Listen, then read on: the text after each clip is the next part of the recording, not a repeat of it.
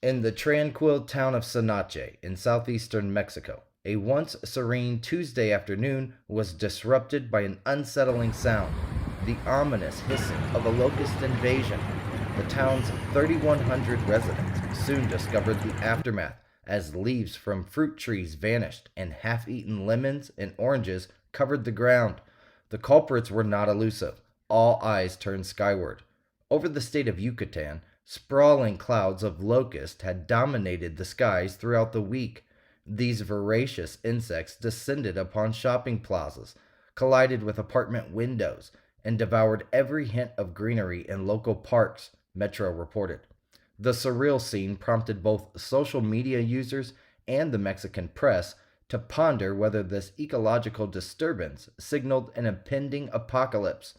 Drawing biblical parallels, some reference the eighth plague in Exodus, where locusts afflicted Egypt. Farmers faced challenges as locusts infiltrated cornfields mid-harvest, leading some to resort to pesticides to combat the swarms, Publimentary reported.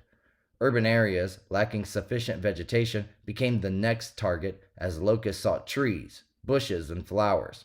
Mérida, the state capital located 30 miles southwest of Sanache, found itself overrun by thousands of locusts since Monday, particularly affecting major thoroughfares and neighborhoods. Despite Merida's infrequent encounters with locust plagues, officials anticipate the swarms to depart the city in a few days, ideally landing in less populated areas. A monitoring and extermination plan has been activated to mitigate the impact of the locust. Every now and again, we hear of millions or thousands of dead fish being washed ashore. Most recently, this happened in Jamaica along the shore of the parish of St. Andrew. News of what happened was posted by the Jamaica Gleaner on the 10th of December 2023 when several persons stumbled on the scene of thousands of dead fish. This is only a few days after a similar occurrence in Japan where thousands of dead sardines and some mackerels washed ashore. Some of these speculations of the cause include larger predators chasing the school of fish, which results in exhaustion and oxygen depletion, and rapid temperature change in the water during their travel. However, there is still no solid explanation of what exactly took place. As for Jamaica, the National Environment and Planning Agency, NEPA, has suggested the reason for the plethora of dead fish is a phenomenon known as eutrophication. Eutrophication is a process where a body of water becomes enriched with nutrients and it leads to the overgrowth of plants and algae. But how does this affect the fish, you may ask? Well, with overgrowth and decreased water clarity, algae consume oxygen found in the water, and when they die, the bacteria which decompose them also use up oxygen. Fish need oxygen to survive, and we can imagine what happens when it is only available in a small quantity. They may try to relocate or, unfortunately, succumb to suffocation. The individuals that would take the hardest hit from such a phenomenon would be fisherfolk, as they depend on catching and selling fish as their source of income to care for themselves and their loved ones. We begin tonight in central Tennessee, where powerful storms killed at least 6 people and unleashed a trail of terror in the state. Tonight, crews are still digging out from the rubble after an outbreak of tornadoes flipped trucks, flattened homes, and toppled power lines. Tens of thousands of people are still without power right now. CBS's Manuel Bojorquez leads us off tonight in Nashville, Tennessee. There was little doubt as the intense storm blew through Middle Tennessee. Oh my God! That these incredibly large funnel clouds near the heart of Nashville, oh my God, would cause major damage. I hope nobody was in those houses. Guys, it was really bad. This is the rubble left in its wake. Devastating, deadly, and widespread. This morning we have a lot of families who are suffering. The damage is heaviest in Clarksville and in Hendersonville, where little is left of this antique mart.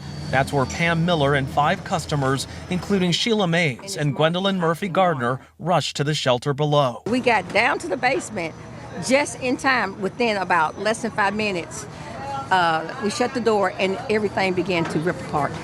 Tonight, those here are salvaging what they can, cleaning up and taking stock. Yeah, we need help. We need help.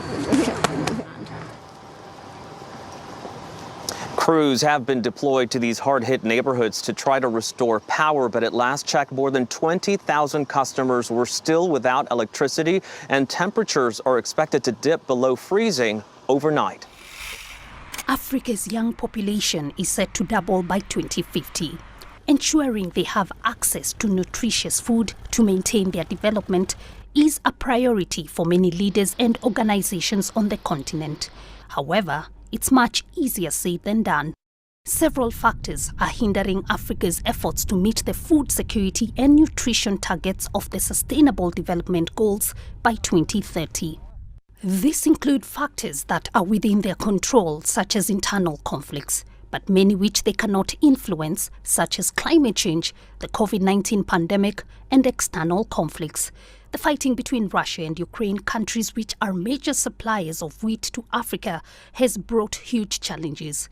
The Food and Agriculture Organization, the UN Economic Commission for Africa, the World Food Programme, and the African Union Commission have released a joint report highlighting alarming statistics on food insecurity and malnutrition in the continent.